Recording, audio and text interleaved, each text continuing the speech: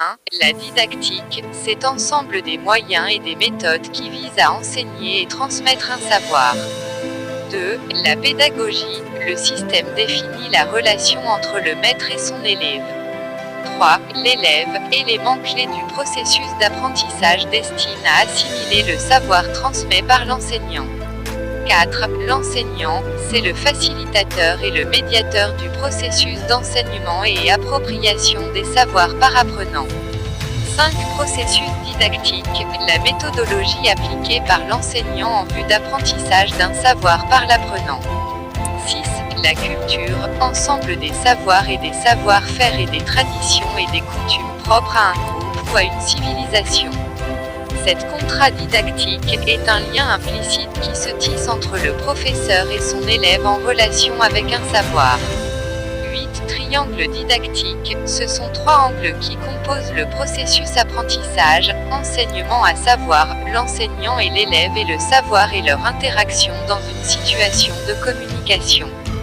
9. Transposition didactique, c'est la transmission et le passage d'un savoir savant acquis par l'enseignant destiné à être appris par l'apprenant. 10. Le savoir savant est celui de la communauté scientifique. Ce savoir constitue la référence suprême de savoir à enseigner.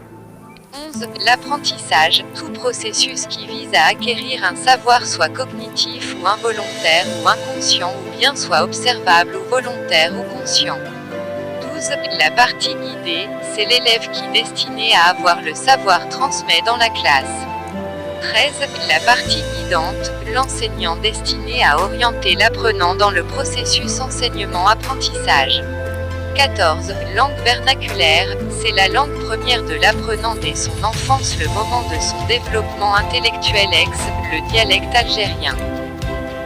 15. La langue véhiculaire, c'est la langue seconde de l'apprenant destinée à être apprise et qui répond à un besoin intercommunicationnel par dans la classe la langue française.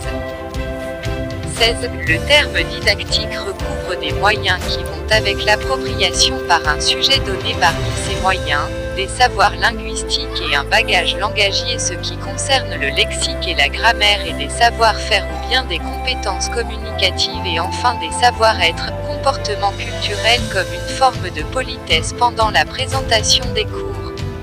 17. La didactique ne peut pas se concevoir qu'à partir d'un ensemble d'hypothèses et de principes, alors que l'hypothèse est relative au mode de travail proposé ou imposé et le principe, choisir un groupe de travail pour améliorer la socialisation. La langue considérée comme objet de l'apprentissage de l'apprenant dans la classe et qui va assurer la communication entre le deux parties. La communication dans le champ didactique se résumer en interaction entre des personnes. En effet, c'est le schéma de Jacobson qui devient une théorie applicable dans la didactique. Il y a un émetteur et un récepteur et un message et un code, langue et un canal, moyen technique et un contexte, référent.